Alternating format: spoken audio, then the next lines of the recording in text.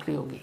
इंसानी दिमाग और लालच, इन दोनों की कोई इंतहा नहीं। इंसानी दिमाग बेहद ख़तरनाक, अच्छे काम में लगाए तो अच्छा और बुरे काम में लगाए तो पता नहीं कहाँ तक पहुँचे।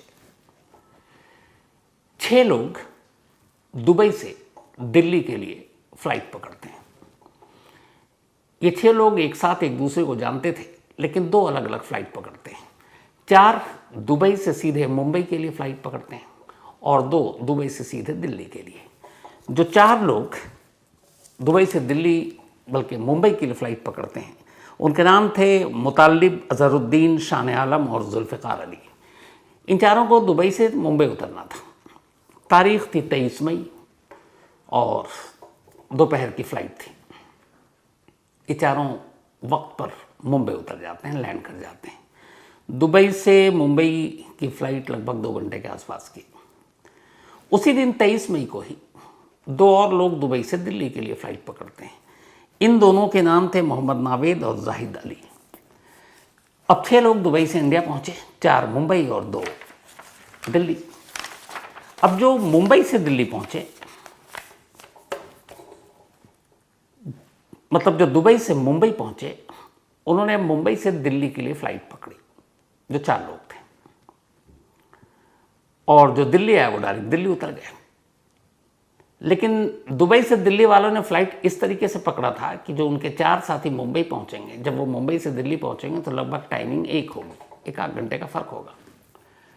तो खैर 6 के 6 अब इंडिया लैंड कर चुके हैं। जो 4 लोग मुंबई में उतरे तो उन्होंने दूसरी फ़्लाइट पकड़ी वहाँ से दिल्ली की, और दिल्ली वाले दिल्ली एयरपोर्ट पर इंतज़ार कर रहे हैं। अब मुंबई वाले भी दिल्ली पहुँच गए, 6 के 6 इकट्ठा हो गए। 6 के 6 अब एयरपोर्ट से बाहर आते हैं। पहले से इन्होंने एक टैक्सी बुक कर रखी थी और इन्हें अब दिल्ली से रामपुर जाना था। दिल्ली से रामपुर लगभग आप मान के चलिए 200-250 किलोमीटर।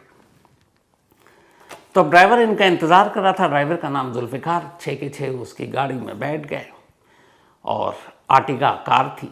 6 के 6 अब वहाँ से निकलते हैं और रामपुर के लिए रवाना हो जाते हैं।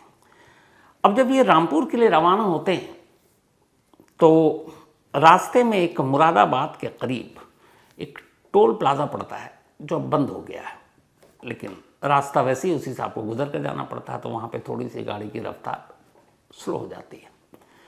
तो उसी मुरादाबाद के बंद पड़े टोल प्लाज़ा के जैसे ही ये गाड़ी क्रॉस करने वाली होती है आर्टिगा, उनके सामने 2 और गाड़ी खड़ी होती है, एक तरह से रास्ता रोककर। उसमें से एक थी बोलेरो और दूसरी थी स्विफ्ट डिज़ायर। अब वो 2 गाड़ी इस आर्टिगा कार का रास्ता रोक लेते हैं, जिसमें 6 लोग वो बैठे हैं जो दुबई से आए और साथ में उनका 7वां ड्राइवर जुल्फ़िकार। बोलेरो और स्विफ्ट कार से 3-4 लोग उतरते हैं और कहते हैं कि हम कस्टम से हैं, आपकी तलाशी लेनी है, आपके सामान की तलाशी लेनी, आप हमारे साथ गाड़ी में बैठ जाइए। ये 6 के 6 घबरा जाते हैं। उनके पास पिस्टल भी था। उन्होंने कहा हमारे पास सरकारी पिस्टल भी है। अब डर की वजह से 6 के 6 दोनों गाड़ियों में, बोलेरो में और स्विफ्ट डिज़ायर में बिठा दिया जाते हैं और साथ में ड्राइवर को भी बिठा दिया जाता है। तो 7 लोग अब 2 गाड़ी में, और उनकी आर्टिगा वहीं साइड में खड़ी कर दी जाती है और अब ये वहाँ से निकल पड़ते हैं। अब ये 6 लोग परेशान हैं। ड्राइवर तो चलो बेचारा यहीं से था कि ये कस्टम वाले आ गए हैं, पता नहीं क्या होगा। गाड़ी चल रही है। थोड़ी दूर जाने के बाद गाड़ी अचानक हाईवे से कच्चे रास्ते पर घूम जाती है और एक सुनसान जगह पर जाकर गाड़ी रुक जाती है। आसपास में थोड़ा सा जंगल था। गाड़ी रुकती है। 6 के 6 देखते हैं कि ये कहाँ ले आए। इसके बाद उनसे कहा जाता गाड़ी से नीचे उतरो। गाड़ी से जब वो लोग नीचे उतरते हैं तो अचानक वो लोग रिवॉल्वर दिखाकर उनसे कहते हैं कि ये बताओ तुम में से किस किस के पेट में गोल्ड है, यानी सोना है। ये सुनते ही उन 6 के 6 की हवाइयाँ उड़ जाती हैं। वो कहते हैं आपको गलतफहमी हुई है। कस्टम वाले कहते हैं हमारे पास पूरी इन्फॉर्मेशन है। वो हाथ पैर जोड़ते हैं। कहता नहीं, बताओ किस किस के पेट में।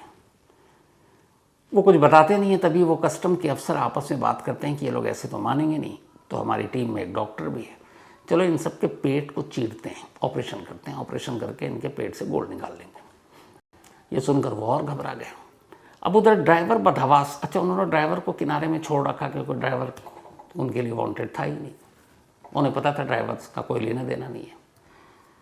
अब इन 6 के पीछे कस्टम वाले सारे लोग पड़े हुए हैं, ड्राइवर अलग है। उसने देखा कि सारे का ध्यान उस तरफ है, ड्राइवर ने मौका देखा और वहाँ से 1 2 3 दौड़ता हुआ भाग गया। इन लोगों ने उसे भागते हुए देखा, फिर कहा जाने दो। ड्राइवर हाँफता काँपता वहाँ से दूर गया। दूर जाने के बाद उसने 112 नंबर पर सीधे पुलिस को कॉल किया। उसने कहा साहब हम अपने कुछ पैसेंजर को लेकर आ रहे थे और ऐसे ऐसे कुछ सरकारी अफसर हैं, उन्होंने कर रखा और शायद उनके पेट वेट चीरने की बात कर रहे हैं। ये सुनते ही पुलिस हरकत में आई, कंट्रोल रूम तक मैसेज किया। फिर जो सीनियर पुलिस अफसर थे उन्हें भी लगा कि ये क्या बात है, 6 लोग, और अगर कस्टम वाले हैं तो उनके एरिया में बिना इन्फॉर्म किए वे कैसे आए। अब आनंद फानन में सारी पुलिस की टीम उस लोकेशन पर पहुंचती है। जब लोकेशन पर पहुंचती है तो कस्टम वाले और 6 के 6 वो भी घबरा जाते हैं, लेकिन उन्हें लगता है चलो जान बची, पेट कम से कम अब नहीं कटेगा। पुलिस को देखती है, अब कस्टम वाले गोली चला देते हैं। जवाब में पुलिस भी गोली चलाती है, वो घबरा जाते हैं। इसके बाद कुछ भाग लेते हैं, 2-3 पकड़े जाते हैं। और जब वो पकड़े जाते हैं तब पुलिस वालों को पता चलता है कि ये कस्टम वाले नहीं है, कस्टम के भेष में लुटेरे हैं। 6 की जान बच गई। वो लोग पकड़े गए। अब 6 पुलिस के पास। अब पुलिस वाले उनसे पूछते हैं कि ये बताओ, ये कस्टम वाले हैं ही नहीं, लेकिन फिर भी तुम लोग घबरा रहे हो, और दूसरा ये कि क्यों तुम्हारे पेट चीरने की बात कर रहे हैं, ऐसा क्या है तुम्हारे पेट में। अब वो सब हवा खराब पुलिस पूछ के कह रहे नहीं साहब ऐसा कुछ नहीं है। पुलिस वालों को लगा कुछ तो गड़बड़ है। उन्होंने कहा तुम्हें हमारे साथ चलना पड़ेगा। अब उन 6 के 6 को थाने ले आया, सीनियर अफसरों के सामने पेश किया गया। सीनियर अफसर को इतना पता था कि कुछ गोल्ड की स्मगलिंग कैसे की जाती है। उन्होंने कहा भैया अब तुम सच सच बताओ कि तुम्हारे पेट में क्या है। तब उन्होंने सच्चाई बताई। उन्होंने कहा साहब इस वक्त हमारे पेट में करीब 1 किलो से ज़्यादा सोना है, हम 6 लोगों के पेट में, कैप्सूल की शक्ल में है। कुछ हमने कैप्सूल की शक्ल में मुंह से खाया और कुछ प्राइवेट पार्ट्स के ज़रिए हम लोगों ने अंदर ले लिया। पुलिस परेशान, अब कैप्सूल के ज़रिए पेट में, तो उन्होंने कहा निकालते कैसे हो। तो उन्होंने कहा साहब हम बहुत सारी चीज़ें खाते हैं और उसके बाद वॉशरूम जाते हैं और फिर उसी रास्ते से सारा कैप्सूल बाहर आ जाता है। अब अभी तक ये है कि इन लोगों के पेट में कुछ है, सबूत तो है नहीं। और पुलिस वाले ये भी परेशान कि ये लोग दुबई से यहाँ तक आ गए, कहीं चेकिंग नहीं, कस्टम पे, एयरपोर्ट पे, ये कैसे। खैर पुलिस वाले ने कहा कि पहले इनके सबूत तो बरामद करो। अब उन्होंने कहा कैसे निकालते हो, तरीका बताओ। तो उन्होंने कहा साहब जितना ज़्यादा खाएंगे और जितना ज़्यादा पानी पिएंगे या कोल्ड ड्रिंक पिएंगे उतनी आसानी से बाहर निकल आएगा। अब बेचारे पुलिस वाले कह रहे हैं क्या खाओगे, अब आप देखिए कह रहे हैं बिरयानी खाएंगे। अब पुलिस वाले ने उन लोगों के लिए बिरयानी मंगाई, कोल्ड ड्रिंक मंगाई। कुछ तस्वीरों में कोल्ड ड्रिंक आप देखेंगे भी। मतलब पुलिस वाले खातिरदारी कर रहे हैं उन लोगों की जो थोड़ी देर के बाद अब एक तरह से उनकी ऑफिशियली हिरासत में होने वाले हैं।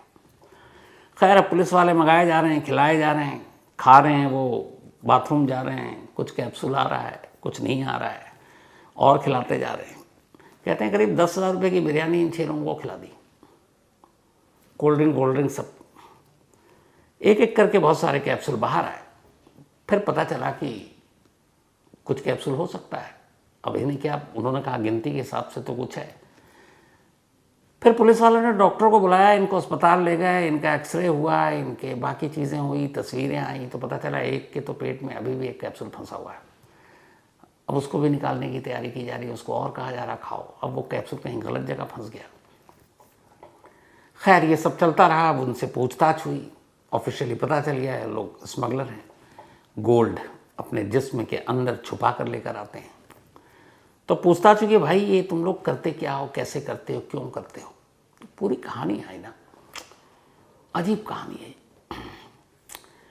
रामपुर और आसपास के मुरादाबाद के कुछ ज्वेलर्स हैं जौहरी, उन्हें पता है कि दुबई में गोल्ड पे जीएसटी नहीं है और दुबई के गोल्ड की क्वालिटी जो है इंडिया से बहुत बेहतर होती है, और दुबई में बहुत सारी रियायत है टैक्स वैक्स को लेकर। तो दुबई से जो गोल्ड आता है उसकी यहाँ पे क्वालिटी इतनी अच्छी है कि उसके रेट थोड़े ज़्यादा भी लोग देने को तैयार होते हैं। तो कई ऐसे ज्वेलर या जौहरी हैं जो दुबई से गोल्ड मंगाते हैं, उनके पैसे बचते हैं, कस्टम के ज़रिए आ नहीं रहा, जीएसटी बचती है, और गोल्ड सस्ता भी है दुबई में। तो आराम से अगर 1 किलो गोल्ड मंगाया तो 20 लाख रुपए तो कहीं नहीं गए सेविंग के। तो कुछ ज्वेलर्स ने एक पूरा धंधा चला रखा है। वो नए नए लड़कों को ढूंढते हैं, कहते हैं कि दुबई घूमने जाना है, वो कहता हाँ। इसके बाद वो उसका पासपोर्ट बनाते हैं। अब उसके लिए ट्रैवल एजेंट के ज़रिए इनका नेक्सस, ट्रैवल एजेंट के साथ समझौता करते हैं और उसे बता देते हैं कि किस धंधे के लिए भेज रहा हूँ, उसको कुछ कमीशन दे देते हैं। ट्रैवल एजेंट इन लोगों के पासपोर्ट बनाता है, ट्रैवल एजेंट इन लोगों की दुबई में होटल की बुकिंग करता है। अब इन्हें कहा जाता है कि तुम्हें दुबई जाना है, 5-6 दिन रहना है, कुछ नहीं करना, दिन भर खाओ पियो घूमो, बस वापसी में कुछ कैप्सूल निकलना है और निकल के आ जाना। तो कहते हैं ठीक है। अब कैप्सूल आम कैप्सूल ही है जैसा होता है, थोड़ा सा मोटाई ज़्यादा होता है, लेकिन तो आराम से उसमें एक कैप्सूल में 25-30 ग्राम गोल्ड समा जाता है। और इनमें तो इतने हैं कि हैबिचुअल हो गए हैं ये कैप्सूल निकलने की, मतलब इनके लिए जैसे चॉकलेट और कुछ मिठाई है जिसको निकलना है, गोली है। तो ट्रैवल एजेंट के ज़रिए होटल की बुकिंग हो गई, पासपोर्ट बन गया, वीज़ा मिल गया, कोई मुश्किल होता नहीं है दुबई का। अब वहाँ होटल में जाकर इन्हें बस घूमना फिरना खाना पीना है। उसके बाद तय वक्त पर इनसे कहा जाता है कि अब चलो निकलो, और वहाँ से निकलो। तो फिर वो कैप्सूल निकल लेते हैं। उसके बाद शर्त यही होती है कि तुम जब कैप्सूल निकलोगे उसके बाद तुम कुछ खाओगे पियोगे नहीं जब तक अपने मकाम मंजिल तक नहीं पहुँच जाओगे, क्योंकि अगर कहीं रास्ते में पेट खराब हो गया, बाथरूम जाना पड़ा, तो वो गोल्ड निकल जाएगा। अब इनके लिए बाथरूम भी बड़ा ख़ास होता था इस गैंग के लिए। जो शीट होती है उसके ऊपर जाली लगा दी जाती थी, ताकि जो प्राइवेट पार्ट से निकल रहा वो प्लास्टिक के छोटे छोटे पॉलीथिन में, तो वो सब उसी पर आ जाए और फिर उसमें से निकाल लें। और कैप्सूल जो है वो भी सेफ रहे, कमबोर्ड में ना गिरे। तो इसीलिए खाते पीते नहीं थे। एक बार कैप्सूल निकला उसके बाद जब तक ये पहुंच नहीं जाए और जब तक वो कैप्सूल बाहर नहीं आ जाए उससे पहले ही खाएंगे उसी खुफिया जगह पर, वरना कहीं नहीं। तो फ्लाइट में भी कुछ खाएंगे पिएंगे नहीं। और इन्हें कहा जाता था 20 से 30 हज़ार रुपये एक ट्रिप के तुम्हें मिलेंगे। तो एक तरह से एक कुरियर बॉय होते थे, तो उनको 20 से 30 हज़ार मिल रहा है, दुबई फ्री में घूमना फिरना, गाड़ी खाना पीना, अच्छा होटल, और क्या चाहिए। महीने में एक ट्रिप लगाया, 20 से 30 हज़ार कमा लिया, घूम भी लिया। तो ऐसे नौजवान लड़कों को ये पकड़ते थे। तो पहला तो हो गया जो ज्वेलर जिसको ये काम कराना है, दूसरा हो गया ट्रैवल एजेंट जिसको सारा इंतज़ाम कराना, और तीसरा कई बार ऐसा होता है कि ये कैप्सूल या ये फिर गोल्ड पेट के किसी हिस्से में फंस जाता। तो कुछ डॉक्टरों के साथ भी इनका नेक्सस था। उस डॉक्टर का काम ये था कि अगर किसी तरीके से नहीं निकल पाए तो फिर पेट का ऑपरेशन करो, चीर के निकालो। कहते हैं कि इसमें कई लड़कों की जान भी चली गई, लेकिन धंधा है, पैसा आ रहा है, तो ये सब चलता रहा। और इस तरीके से फिर जब ये वापस आते तो फिर ये गोल्ड निकल जाता। और 6 के, अगर जैसे ये 6 के गैंग में थे, इन 6 के पास करीब 1.25 किलो सोना था। 1.25 किलो सोना मतलब आप समझ रहे हैं। तो एक ट्रिप में कितना फायदा हो गया। अब सवाल ये था कि ये 4 मुंबई उतरे, 2 दिल्ली उतरे, फिर एयरपोर्ट पे किसी ने कुछ नहीं रोका, रामपुर से आगे निकल गए, मुरादाबाद के पास 2 गाड़ियों में कस्टम अफसर बनकर लोग इन्हें रोकते हैं, वो भी फर्जी लुटेरे। तो कैसे पता चला कि ये गोल्ड लेकर आ रहे हैं। तो जब पुलिस ने तफ्तीश की, पहले तो उस ज्वेलर तक पहुंचा जिसके लिए गोल्ड लेकर आ रहे थे, वो रामपुर का ही एक बंदा निकला, तो शायद जाहिद उसका नाम। तो उसने बताया कि जहाँ से दुबई में इन लोगों को गोल्ड इस कैप्सूल की शक्ल में दिया जाता, वहाँ भी इनके लोग होते हैं। उन्हीं में से एक ने अपने दोस्तों से मुखबिरी कर दी और कहा ये 6 नाम हैं, 6 लोग हैं, इनके फ्लाइट नंबर ये है और ये इतने बजे लैंड करेगी और ये दिल्ली से 6 के 6 एक साथ रामपुर के लिए निकलेंगे और इनकी गाड़ी भी है। अब सारी यहाँ खबर मिल गई। अब जो बदमाश थे जिसको मुखबिरी हुई, उन बदमाशों ने कस्टम अफसर बनकर इनको लूटने का प्लान बनाया और वही किया कि अपने साथ गाड़ी मिलेगा। खैर भांडा फूटा और वो 2 पकड़े गए। लेकिन सवाल ये था कि कस्टम से कैसे बच जाते हैं ये लोग। तो पता चला कि जब ये दुबई से गोल्ड लेकर चलते हैं तो वहाँ के एक बाकायदा गेट नंबर तक इनको बताया जाते हैं कि किस गेट नंबर से एंट्री करनी है। उसकी वजह ये है कि इंसानों की तलाशी सिर्फ ली जाती है हाथ से, बैग और लगेज जो जाता है वो आपको मशीन, एक्सरे मशीन से गुजरनी होती है। लेकिन कई बार कुछ शक होता है तो फिर इंसान को भी देखते हैं, वो चेक कर लेते हैं। तो वहाँ सिक्योरिटी जो स्टाफ थे उनके साथ भी इनका नेक्सस था। तो जिस गेट पर उसकी ड्यूटी होती उसी गेट से उस दिन बता दिया जाता है कि आज मैं इस गेट पर इतने नंबर पर हूँ, इसी गेट से तुम्हें आना है। तो वहाँ कोई तलाशी नहीं होती, नाम को होती, और चले जाते। तो दुबई से ये निकल गए। अब दुबई में गोल्ड वोल्ड ले जाने पर वैसे भी आपको पैसे और ये सब तो लगते नहीं, शायद वहाँ फ्री है। तो वहाँ से ये लेके निकल गए। लेकिन अब अगर बैग में लेके निकलेंगे तो भी वहाँ से छोड़ भी दे तो इंडिया में तो आके पकड़े जाएंगे।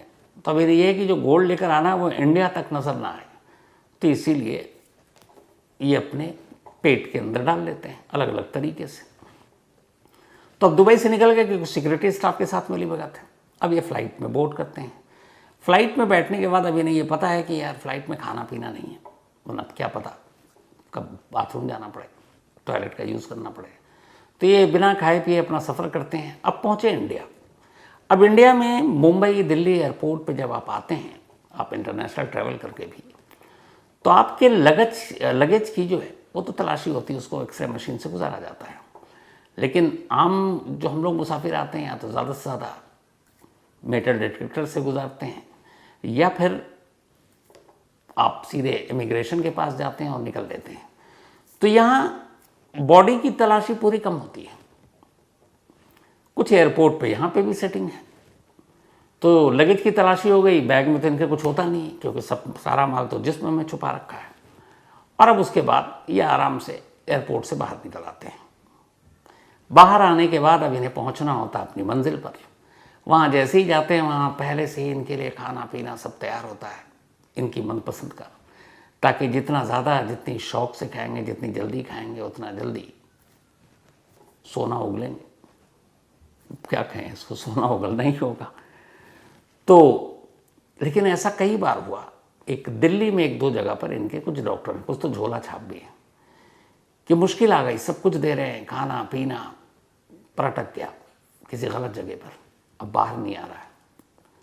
तो बाकायदा कुछ अच्छे डॉक्टरों से तो चलो पेट की सर्जरी कराई, पर इनका डर ये होता है कि कहीं अगर किसी हॉस्पिटल में बड़े या किसी बड़े डॉक्टर के पास भेजा और सर्जरी हुई और गोल्ड निकला तो फिर बात पुलिस तक पहुंच जाएगी। तो इसीलिए अपने उन कुरियर बॉय की जान को ख़तरे में डालकर झोला छाप और बाकी उस तरह के डॉक्टरों के ज़रिए इनके पेट को भी चिरवा देते हैं, सिर्फ चंद ग्राम सोने के लिए। तो इस तरीके से ये सारा खेल चल रहा है। अब इस एक फेक कस्टम अफसर के चक्कर में जब ये पूरा मामला सामने आया तब तो पता चला है कि इसके पीछे एक पूरा नेक्सस है। बहुत सारे इसमें जो कस्टम के लोग हैं वो भी कुछ मिले हुए हैं। इसके अलावा जो बहुत सारे सुनार के हैं, जौहरी की दुकान वाले हैं, ये इन सारों ने भी गैंग बना रखा है और इन सभी को दुबई के प्योर गोल्ड की ज़रूरत होती है। तो अब जांच चल रही है और इस जांच के बाद जो सबसे ज़्यादा अभी एक म्यांमार से भी, इसके अलावा और किस किस रूट से, म्यांमार से बांग्लादेश, बांग्लादेश से नेपाल और कहाँ किस रूट से ये लोग बाई रोड भी लेकर आते हैं। और अभी तक जितने स्मगलिंग के गोल्ड हैं मुश्किल से 20-30% भी हमारी कस्टम या फिर बाकी एजेंसियां नहीं पकड़ पाती हैं, वो आ जाती हैं। वजह यही है कि उसके तरीके अलग अलग हैं।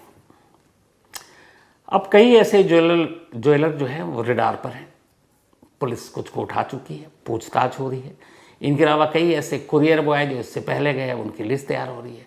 जो आपके ट्रैवल एजेंट जिसने अब तक पासपोर्ट बनाया उनको शिनाख्त कर उनको भी घेरा जा रहा है। कुछ डॉक्टर जिन्होंने पेट चीर के न मालूम अब तक कितने सोना निकाले हैं वो भी गिरफ्त में हैं। कुल मिलाकर एक पूरा गैंग ऑपरेट कर रहा है। ये तो सिर्फ एक रामपुर और मुरादाबाद के आसपास की बताई मैंने आपको, वरना आए दिन ये खबर अक्सर आती रहती है कि कैसे कस्टम वाले ने गोल्ड बनाया जो अपने जिस्म में छुपा कर लेकर आ रहे थे। तरीके भी बड़े अजीब है। लेकिन सबसे ख़तरनाक यहाँ यही होता है कि अगर कहीं सोना इधर उधर गलत जगह पे फंस गया तो जान तक पर बनाती है। और अभी तक की जो इन्वेस्टिगेशन उसमें ये है कि ऐसे कई कुरियर बॉय की मौत हो चुकी है अचानक। उसकी वजह ये थी कि उनके पेट में दर्द हुआ, सर्जरी हुई, सर्जरी गलत हो गया और पुलिस अब उन सारे मेडिकल रिपोर्ट्स, उनकी मौत, उनकी सच्चाई, वो फाइलें भी खोल रही है ताकि इस नेक्सस की जड़ तक पहुंच सके। तो सोचिए, इंसान का दिमाग और इंसानी लालच क्या कुछ नहीं करवाता। तो ये थी आज की कहानी। अब आपसे मुलाकात होगी मंडे को, क्योंकि कल संडे है। अगर आप आज तक पर रात 11 बजे देखना चाहें तो क्राइम कहानियाँ विश्रम से देख सकते हैं। वैसे अपनी यही इसी कहानी के सिलसिले के साथ अब मुलाकात होगी मंडे रात 9 बजे किसी नई कहानी के साथ। तब तक अपना और अपनों का ख्याल रखिएगा। Thank you very much.